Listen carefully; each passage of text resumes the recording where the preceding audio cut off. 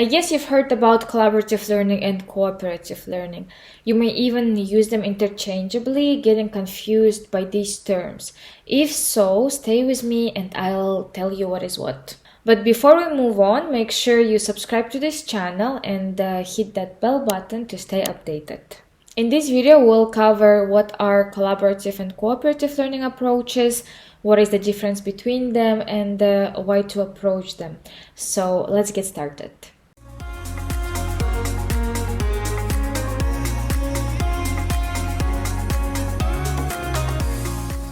Collaborative and cooperative learning both are instructional methods that involve dividing students into small groups to work together and maximize their learning outcomes.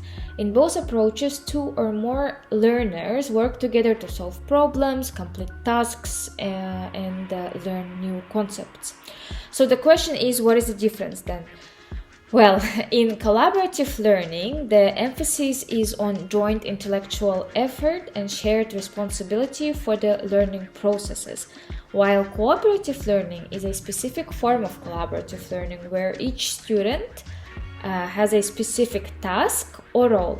It's based on the concept of social interdependence, where individual interactions within a given situation influence the overall outcome. Collaborative learning examples are group projects, when all the students are equally engaged in creating presentations, problem-solving tasks, where students work together to solve a complex physics problem, for example, or case studies. Students collaboratively analyze a real-world business case, discussing potential strategies and solutions as a group. Examples of cooperative learning include jigsaw technique. It's when each student becomes an expert in a specific concept and they teach their concept to each other.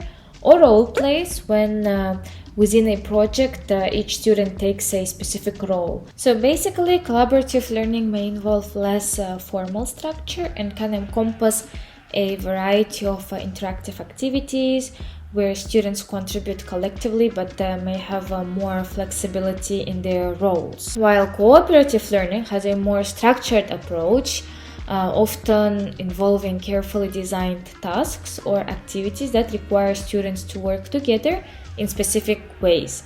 The roles and responsibilities of each group members are typically defined. Okay, so since we have a clear understanding of collaborative and cooperative learning, let's consider the benefits for implementing them. If you watch this video until the end, you will also get some tips for implementation.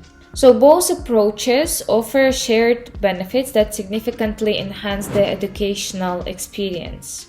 First key advantage is the observed enhancement of higher level thinking through promotion of critical thinking, analysis, and synthesis, providing a foundation for a deeper understanding and application of knowledge. Second, they contribute to the development of our communication skills. Students learn to articulate thoughts, actively listen, and express themselves effectively within the group, fostering open dialogue and preparing students for effective interpersonal communication in future professional endeavors. Third, methods promote accountability within groups. Learners recognize that their contributions directly influence the group's success, encouraging a sense of responsibility and the teamwork essential for collective achievement.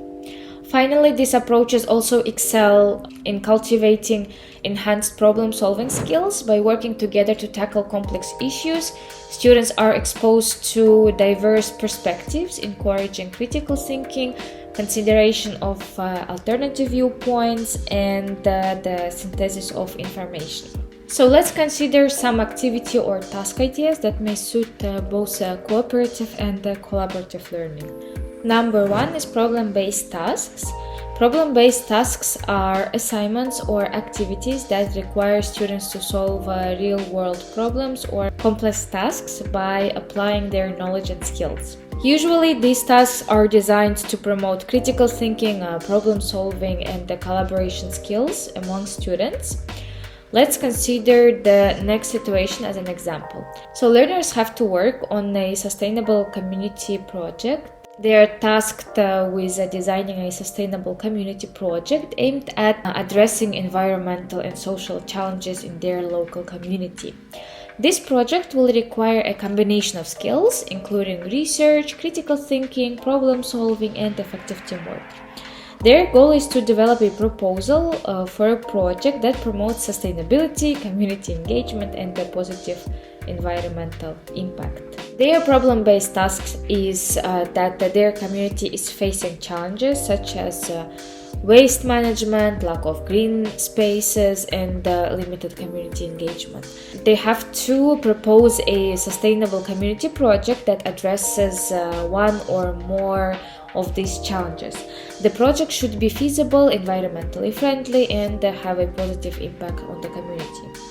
So this is our problem-based task. If we look at this from the perspective of a collaborative learning, then each member should take responsibility for researching a specific aspect of the project. They assign roles such as researcher, planner, communicator, and implementer by themselves. They can collaborate on a shared document to compile individual research findings, discuss ideas, and co-create a comprehensive proposal. This way, they sort of emphasize the importance of effective communication and the coordination to ensure that each group member's expertise contributes to the overall success of the project. In cooperative learning, instruction would slightly differ.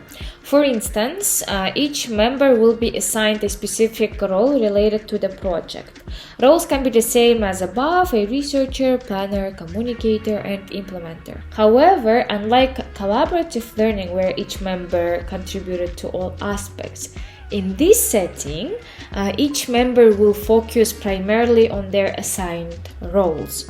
The focus of the project relies on the effective completion of each individual's tasks, emphasizing interdependence.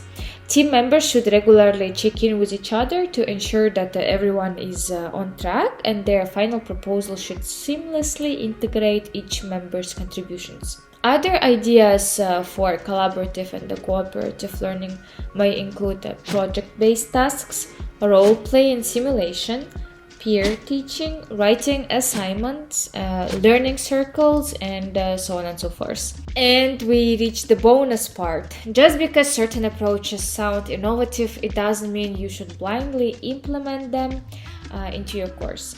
The first tip would be to define clear learning objectives and analyze if they would align with integration of collaborative or cooperative learning approaches. Second, form groups based on diverse skill sets, backgrounds, and abilities. If you don't know your learners' strengths and weaknesses, then you can give a specific instruction for group formation. For example, it can be something like no more than 2 or 3 representatives of the host country, different age groups, someone who is bilingual, etc. Of course, this one is only relevant if we consider the international classroom setting. Third, monitor progress. By this, I mean to regularly check in on group progress and provide feedback. Also, encourage reflection on both individual and group performance to foster continuous improvement. And finally, promote accountability. You should clearly define individual responsibilities within the group, so students are held accountable for their contributions. You can encourage peer evaluation when appropriate. It can also be an online anonymous evaluation in case you want to avoid biased responses or unnecessary conflicts. If you have anything to add to this list, please leave your thoughts in the comment section. So that's all for today. Please like this video if you found it useful. Thanks for watching. To get new ideas for your course, subscribe to this channel and hit the bell. See you in the next video.